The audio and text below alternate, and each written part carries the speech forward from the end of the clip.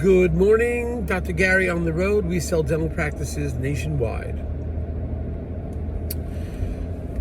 Today's topic is going to be what happens when the bank appraisal for the real estate purchase of the dental practice / real estate purchase comes in lower than expected.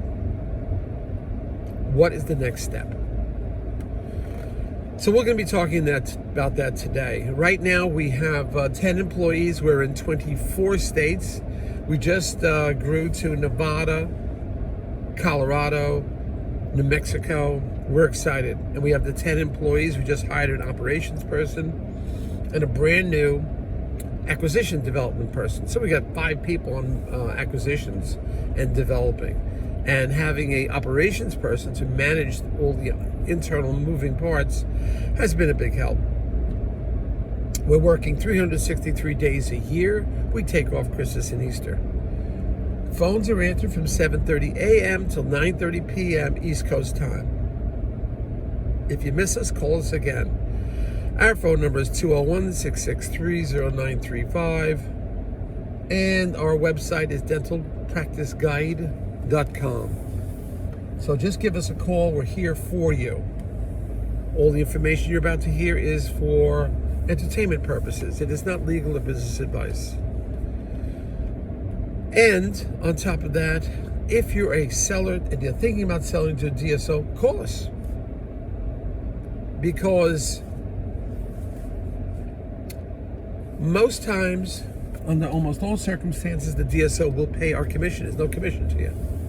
And under certain circumstances and meeting some criteria, which is relatively easy to meet, we can get your legal fees reimbursed at the closing table based on certain criteria, of course.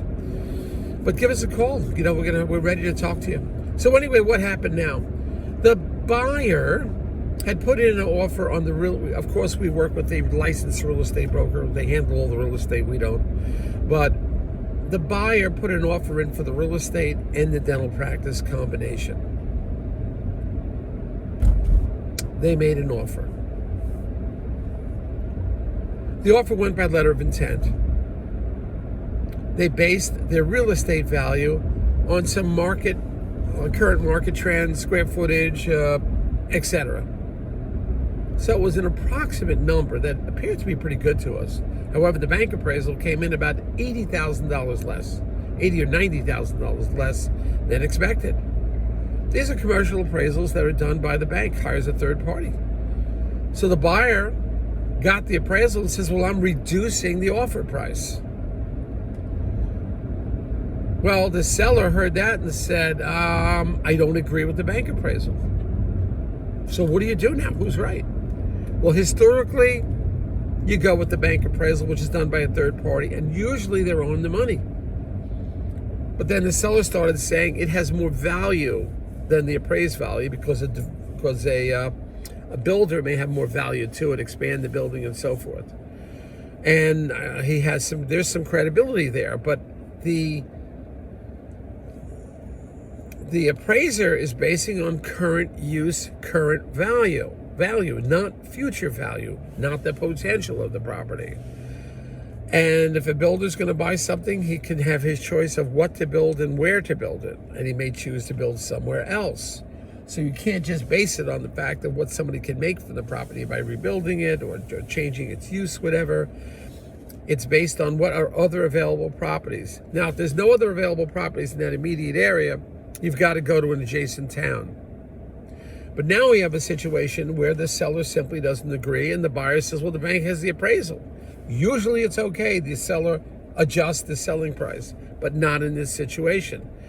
The seller's saying, I don't believe in this appraisal. So the seller's going to possibly get their own appraiser and or seller's also saying, I'm not reducing the price. So now the buyer can say, well, I'm going with the bank appraisal and that's it, and walk away.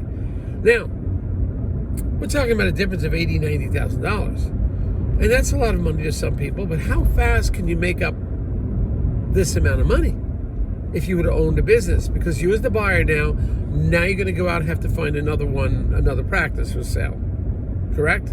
You got to spend all your time, all your effort, all your legal fees, and find another practice that you're happy with. Remember, I've always told you, you're not going to find a perfect practice. There'll be something wrong with every single practice.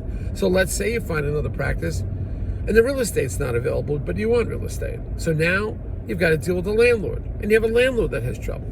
Or there's something else about the practice you don't like. There's always something. So this $90,000, is it worth it? I'm not telling you to overpay, but is it worth it to walk away, lose another 6 months to find something, and be an employee for another 6 months? Remember, it's not just the money you make from the dental practice, it's a legitimate write-offs that you can have. So you're going to lose those for 6 months to 9 months as you, the buyer, look for something else. What should happen in this situation, in my opinion? The buyer should up their offer. The seller should reduce the offer a little bit, go a little bit lower than the letter of intent, which is original. Don't miss the opportunity, because you're going to do this all as a buyer to find another practice, because you won't pay that $90,000. We're not saying to pay it. We're just saying what you're up against. One attorney once told me, if you wind up paying 10 or 15% more for a dental practice and you're comfortable with, what does it matter, since you're buying a business that will make up the difference? If you don't have 5 other practices lined up exactly like this, what does it matter? Because you're going to lose so much time on another practice looking. That's just one point of view. You've got to speak to professionals on this. You've got to go through this whole process again. And you may not find something perfect that you want. You're $90,000 apart. Negotiate. Pay a little bit more than you want to. The seller accept less than you expect. Negotiate something. This is where smart attorneys come in. You've got to get opinions. Speak to your broker, speak to your attorneys, speak to your professionals. I don't have all the answers. Speak to other people about it. But don't speak to people who aren't knowledgeable of the business. If you're going to get surgery done, you speak to the top people, the top surgeons in the country. You don't want to just speak to a friend or a family member. You can get their opinion about your surgery, but if you're going to make a decision, you've got to speak to the people that do this day in and day out. What are your statistical probabilities of being healthy and not having a problem? So you got to speak to the right people. The same thing in the dental. You've got to speak to your professionals who are knowledgeable of this. But also, remember what you're going through. You're going to have another 6 or 8 months of working for somebody else. Lose all those opportunities of discretionary expenses legitimately written off. All this has to be taken into consideration. So there's a lot to think about. But that's what happened today. We don't know where this is going to go, but that's one of today's events, and you may be encountering something like this. And we're here to help you. Give us a ring, and away we go. Well, it's 12 degrees in New Jersey. Just got back from New Mexico and Arizona. Woo, it's hard adjusting. Leaving for Nevada soon. I'm kind of excited about that. We'll keep you posted on that trip.